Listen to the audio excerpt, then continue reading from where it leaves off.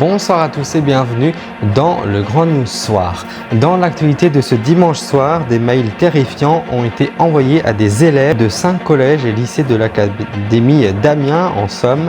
Des messages à caractère terroriste qui menacent de faire exploser demain 122 établissements. Les élèves, parents et profs sont extrêmement inquiets. Maxime Grousset s'offre les 100 mètres nage libre au Giant Open. Florent Manodou, 5e, le champion du monde des 100 mètres papillon, a devancé les Brésiliens Marcelo Chiaccini et Victor Alcaraz.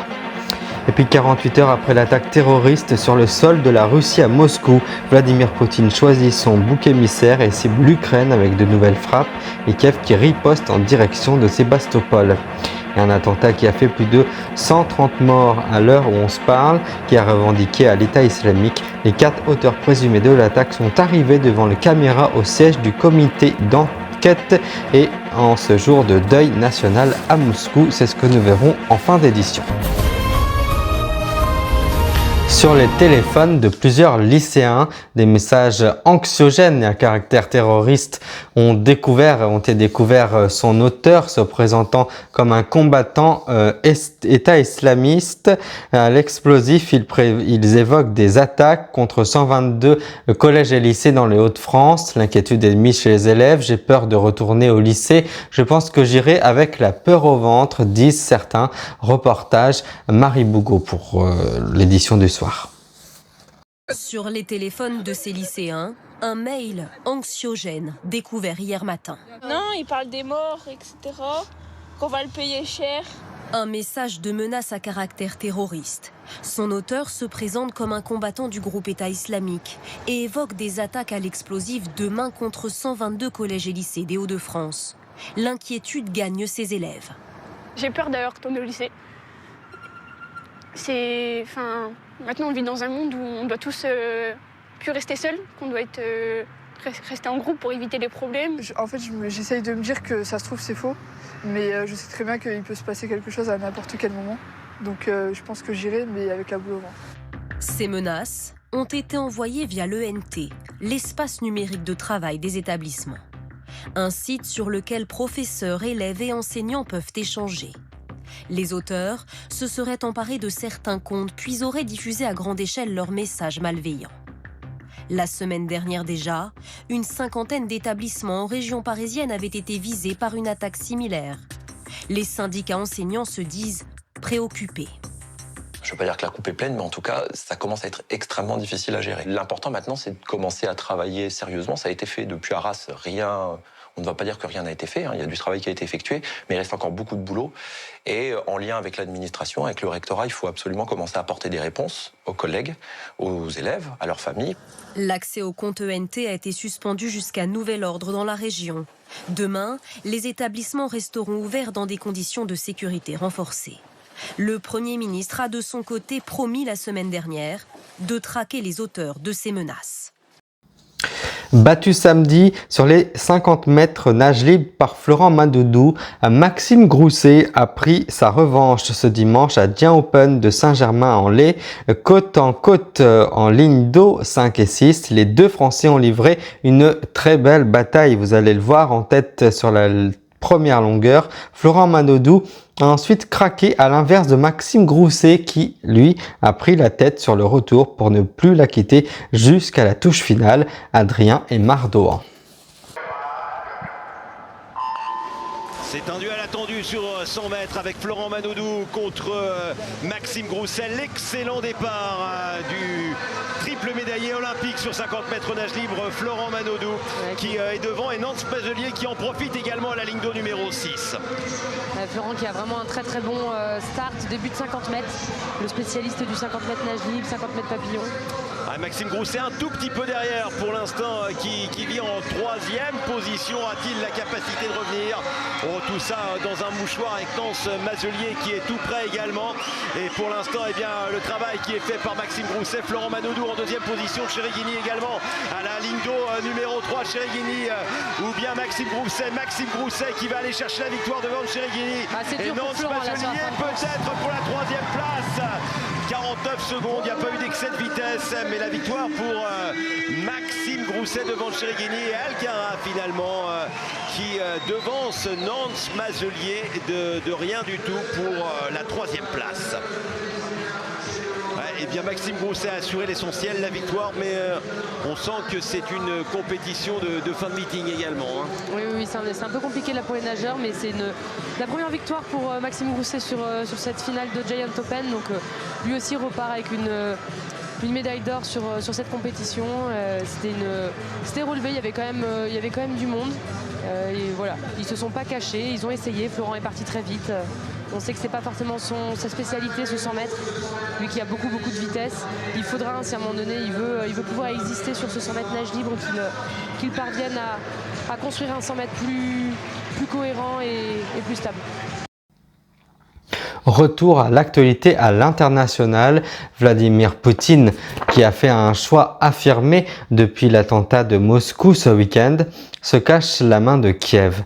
Il a rapidement affirmé que les responsables de l'attaque seraient punis et c'est bel et bien l'Ukraine qui a vu s'intensifier les frappes sur son territoire. En réponse, 2 navires russes en Crimée ont été ciblés. Faisons un point sur cette nouvelle escalade. Manon Bougo. Des tirs en rafale qui percent le ciel. Ces images ont été diffusées par les gardes-frontières ukrainiens ce matin. Des soldats affirment avoir détruit 5 drones russes au-dessus de la ville de Dnipro. L'Ukraine, ciblée la nuit dernière par de nouvelles frappes aériennes. 29 missiles et 28 drones russes lancés sur plusieurs régions du pays. De nombreux engins ont été abattus par la défense antiaérienne. Un habitant dit ici filmer les débris d'un missile tombé dans sa cour. Dans le même temps, à l'ouest de l'Ukraine, un missile de croisière russe lancé près de Lviv a violé l'espace aérien polonais. Le missile a quitté l'espace polonais au bout de 39 secondes. Il s'est enfoncé dans notre pays sur 1 à 2 kilomètres. La Pologne exige ce soir des explications de la Russie. Ces attaques aériennes sont-elles la réponse de Vladimir Poutine après l'attentat de Moscou ? Lui, qui désigne l'Ukraine comme complice de l'attaque. Des accusations balayées dès hier par Volodymyr Zelensky. Ce qui s'est passé hier à Moscou, il est évident que Poutine et les autres salopards essayent de rejeter la responsabilité sur nous. Ils utilisent toujours ces mêmes méthodes. Dans les rues de Kiev ce soir, les habitants ne veulent pas céder à la panique. Les Russes sont fous. Ils préparent en permanence quelque chose de nouveau pour nous. Cet attentat, ils vont l'utiliser pour convaincre les habitants russes. Demain, il peut arriver n'importe quoi. Tout est possible, mais on doit continuer à vivre. De son côté, l'Ukraine continue de frapper les positions russes. 2 navires auraient été touchés aujourd'hui dans le port de Sébastopol, en Crimée. Le Kremlin qui reste donc pour le moment sourd à cette nouvelle revendication par l'État islamique de cet acte terroriste, alors quelles sont les réponses des services de sécurité à Moscou en ce jour de deuil national? Disons ostensiblement transférer les 4 principaux suspects au siège du bras judiciaire du président Poutine. Nathalie Pérez nous raconte ce qu'il se passe en ce moment. Tête baissée, les yeux bandés et menottés dans le dos. Les suspects sont amenés par les forces spéciales russes, au pas de course, dans les locaux de la police. Ils seront interrogés, puis jugés dans les plus brefs délais. Hier matin, c'est à bord de cette voiture blanche que les 4 terroristes présumés sont interpellés alors qu'ils tentaient de quitter la ville. Les forces de l'ordre filment la traque. Un suspect est violemment frappé, puis torturé. On le voit ici, encadré par des policiers. Ils viennent de lui couper une oreille pour le faire parler. Cet autre suspect, visiblement brutalisé sous contrainte, répond en langue russe à un interrogatoire. Il proposait un demi-million à peu près. Un demi-million de quoi? 2 roubles. Qui t'a donné l'argent? Je ne l'ai pas encore reçu. Qui t'a demandé de tuer? J'ai été contacté sur Telegram quand j'écoutais des sermons. C'est un religieux qui t'a écrit? Non, son assistant. Je ne connais pas son nom. Un demi-million de roubles correspond à 5 000 €. C'est aussi la somme évoquée par cet autre suspect. Il parle le tadjik et dit avoir été contacté par un homme qu'il ne connaissait pas. Quand as-tu rencontré cet homme? Quand il m'a accompagné acheter la voiture. Où vous l'avez acheté? Dans la rue Mitrovska. La nuit dernière, pour la 3e fois, l'État islamique revendiquait l'attentat dans une vidéo que nous avons choisi de ne pas diffuser. On y voit les assaillants se filmer pendant l'attaque. Depuis plus de 24 heures, sans relâche, les secouristes et leurs chiens fouillent les gravats à la recherche d'éventuelles victimes. Le bilan risque encore de s'alourdir.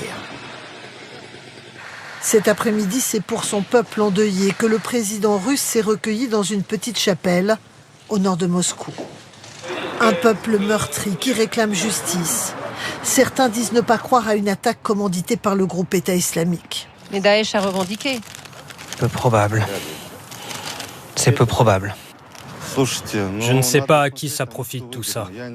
En cette journée de deuil national, près de la salle de concert, une foule compacte, unie dans la prière, rendait hommage aux disparus.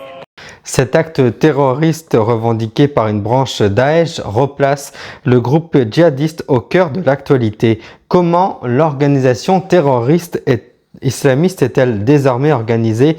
Comment recrute-t-elle son territoire? Elle n'a pas changé de cible, l'Occident, mais également la Russie, qui conserve en Syrie et ailleurs une dette de sang selon l'État islamique. Reportage et décryptage signé notre correspondante Laurence Nau. Derrière le commando de Moscou, un nom, celui de l'État islamique. Le groupe terroriste a revendiqué par 3 fois la tuerie. Un groupe que l'on pouvait croire moribond, bien loin des images triomphales de propagande. Depuis 2019, le califat autoproclamé n'est plus que l'ombre de lui-même, défait par la coalition internationale. Pourtant, depuis plusieurs années, l'ONU alerte. Daesh et ses alliés sont toujours une menace sérieuse. Ces derniers mois, la France a connu plusieurs attaques. Arras, un jeune homme fait irruption dans son ancien lycée, il tue le professeur de français Dominique Bernard. Paris, un individu armé d'un couteau et d'un marteau s'en prend à des touristes.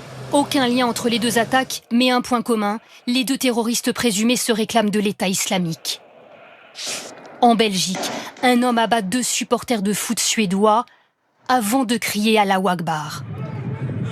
Daesh revendique des modes opératoires éloignés de celui de Moscou.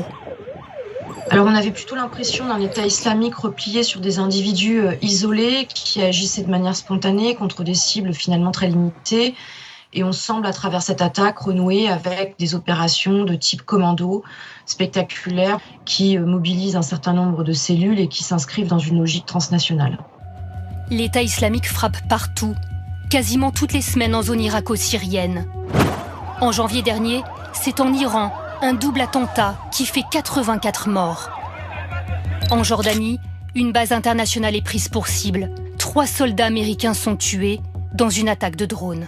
C'est un groupe à la fois terroriste, multiforme, multi-région, multi-objectif. Et donc, il est extrêmement difficile de pouvoir un jour considérer qu'on l'a totalement abattu. En réalité, il a en quelque sorte, pardonnez-moi l'expression, métastasé. L'ONU évalue entre 9 et 23 millions d'euros le trésor de guerre de Daesh et estime que l'organisation compte 3 à 5 000 membres dans la région irako-syrienne. Mais d'autres mouvances, en Asie centrale et partout au Sahel, sont déjà en action depuis plusieurs années. Les tourbières, les puits de carbone situés au milieu des forêts permettent de limiter le réchauffement climatique. La République démocratique du Congo regorge de ces tourbières qui doivent être préservées. Pour y accéder, il faut s'enfoncer au cœur de la forêt équatoriale.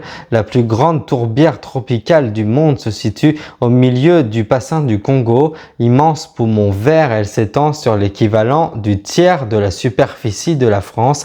Cette forêt abrite un écosystème précieux et méconnu qui capture des quantités immenses de carbone. Sa préservation est essentielle à la survie de la planète.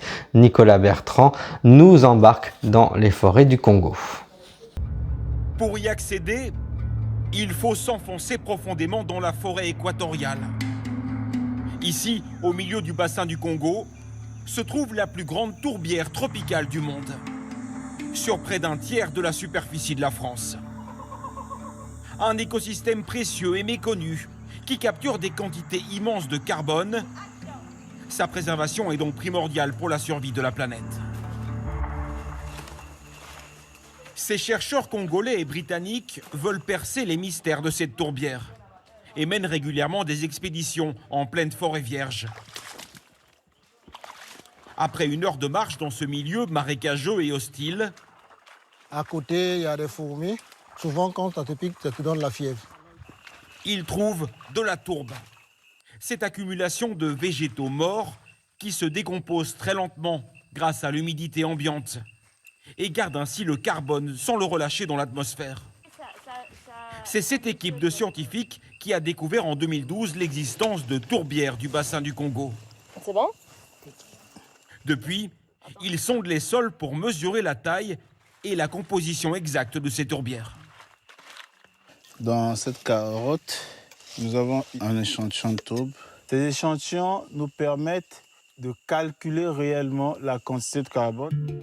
Et selon les premiers résultats, 30 milliards de tonnes de carbone seraient retenues dans cette tourbière, l'équivalent de 3 ans d'émissions mondiales de CO2, une bombe à retardement. Si on ne protège pas ces tourbières qui ont accumulé du carbone depuis des dizaines de milliers d'années, alors tout ce carbone pourrait être relâché dans l'atmosphère dans un laps de temps très court. Et au lieu de nous aider dans notre combat contre le changement climatique, elle pourrait au contraire y contribuer. Si tout ce carbone venait à être libéré, le thermomètre de la planète pourrait grimper de quelques degrés supplémentaires. Et le risque est bien réel. Avec le changement climatique, les tourbières s'assèchent. En plus de cela, plusieurs projets humains les menacent. Construction de barrages, exploitation des hydrocarbures. Sur la route, nous croisons aussi ces camions chargés de bois qui témoignent de la déforestation. À plus petite échelle, les communautés locales aussi détruisent la forêt. Ces hommes sont en train de percer un trou dans un tronc de palmier pour extraire le vin de palme. C'est l'une des seules ressources dans la région. Mais cela tue les arbres. En vendant ces bidons, je gagne entre 75 et 150 € par mois. Alors l'équipe scientifique se rend parfois dans les villages pour tenter de sensibiliser la population. Bonjour, vous allez bien ? Vous n'avez pas peur que les palmiers disparaissent ? Si j'arrête de faire cette récolte comme vous le souhaitez, vous allez me donner un autre travail ? Je fais ça pour avoir de quoi donner à manger à ma famille, à mes enfants. Il s'agit aujourd'hui de trouver un équilibre entre les réalités économiques du quotidien et la préservation du milieu naturel. Nous sommes engagés dans ce combat, si je peux dire. C'est pour préserver aussi notre planète. Si on ne s'engage pas, personne ne le fera à notre place. Depuis la COP23 en Allemagne en 2017, le gouvernement congolais demande une aide internationale pour préserver cette forêt et sa tourbière. Mais aujourd'hui, les projets concrets de protection de cet écosystème peinent à se mettre en place. Je vous le disais hier soir, partons donc en Corrèze en suivant Stéphane Assolari à la tête de la corderie Palus depuis 2018, alors qu'il se rend chez un client architecte en travaillant avec d'autres corps de métier que celui qui a sauvé l'entreprise centenaire de la faillite, apprécie de voir que l'on peut donner une autre utilité à la corde. Entre les décorateurs, les designers et les tapissiers, Stéphane, basé à Saint-Panthéon de l'Arche, cherche à multiplier les débouchés. Pierre-Louis Monnier nous emmène donc en Corrèze comme promis. En Corrèze, si vous avez besoin d'amour, Karine vole à votre secours. Nous allons rendre visite à Mireille et Jean-Pierre. Karine, c'est 23 ans d'agence matrimoniale. 23 ans à sillonner ce territoire rural. Je visite aussi ma Corrèze, si belle. Le trésor chez vous en Corrèze, ultime épisode.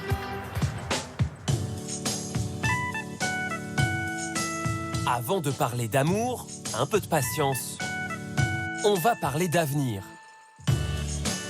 Bonjour le trésor, bienvenue chez nous. Ça, c'est la corderie de Stéphane qui l'a sauvé de la faillite en 2018.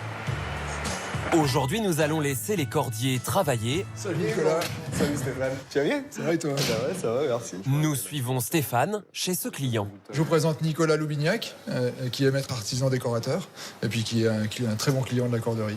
Nicolas est architecte d'intérieur. Attention les marches, et attention à la poutre. Avec son équipe, il a imaginé cette drôle de cloison, faite d'une roue de charrette et de 50 mètres de corde.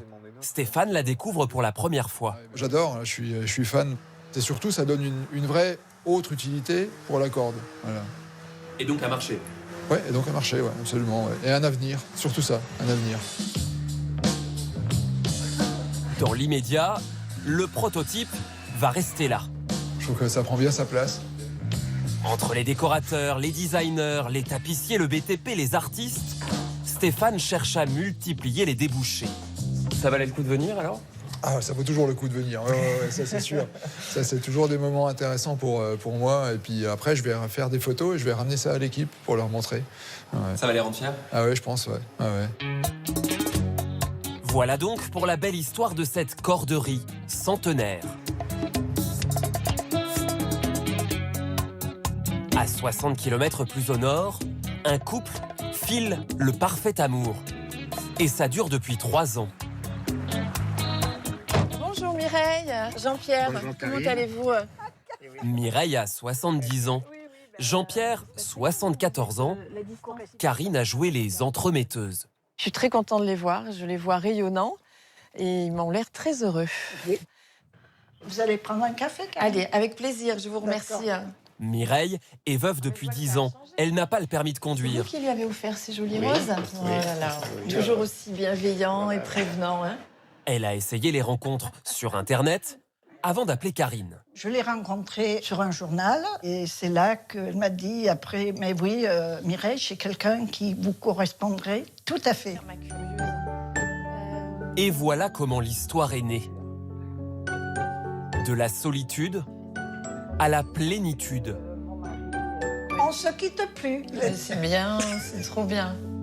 Aujourd'hui, les deux retraités vivent quelques semaines chez l'un, quelques semaines chez l'autre. Ça a tout changé. Si on me l'avait prédit, je l'aurais pas cru. Pourquoi? Je pensais aussi qu'à un certain âge, on ne pouvait pas rencontrer quelqu'un. Parce que c'est pas évident à un certain âge, je trouve.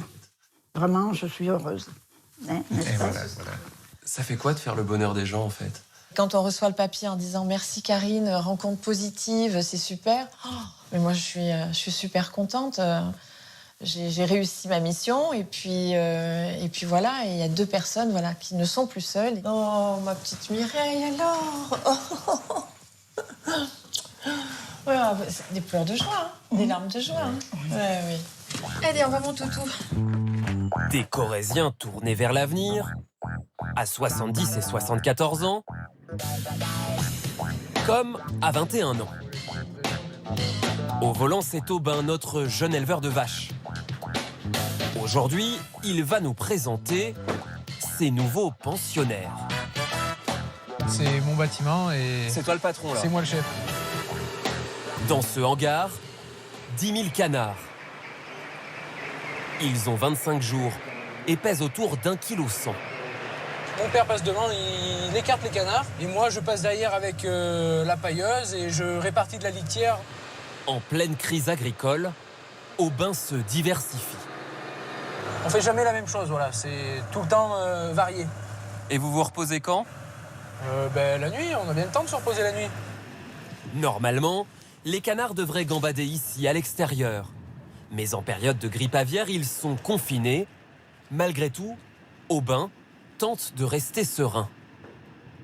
C'est un investissement de 500 000 euros, sans compter la toiture photovoltaïque. Elle a tremblé la main à la signature ou... Oh oui, on tremble, oui. On tremble, mais bon, faut pas trop y penser. Ainsi s'achève notre séjour en Corrèze. Avant de terminer, On voulait vous donner des nouvelles de Karine. Elle a peut-être enfin trouvé un acheteur pour son bar. Quant à nos petits écoliers, ils ont regardé la télé toute la semaine et nous ont envoyé cette vidéo. On vous souhaite plein de bonheur. À bientôt. Voilà, c'est la fin de ce journal. Je vous souhaite une très belle soirée, bien sûr avec nous. Je vous remercie d'avoir été aussi fidèles, aussi nombreux à nous suivre encore ce week-end. Je rappelle que l'actualité a été dominée ce soir encore donc par ce retour sur l'actualité à l'international, puisque Vladimir Poutine, qui a fait un choix affirmé depuis l'attentat de Moscou ce week-end, se cache la main de Kiev. Il a rapidement affirmé que les responsables de l'attaque seraient punis et c'est bien celle de l'Ukraine qui s'est vue intensifier les frappes sur son territoire. Et puis il y avait aussi sur les téléphones de plusieurs lycéens des messages anxiogènes à caractère terroriste découverts hier. Son auteur se présente comme un combattant du groupe islamiste et évoque des attaques à l'explosif donc dès demain contre 122 collèges et lycées des Hauts-de-France. L'inquiétude est donc de mise chez les élèves. C'est tout pour l'actualité, c'était l'essentiel de l'actualité du Grand News. Je vous souhaite de passer une très belle soirée. On se retrouve le week-end prochain pour de nouvelles informations. Très belle soirée et très belle semaine.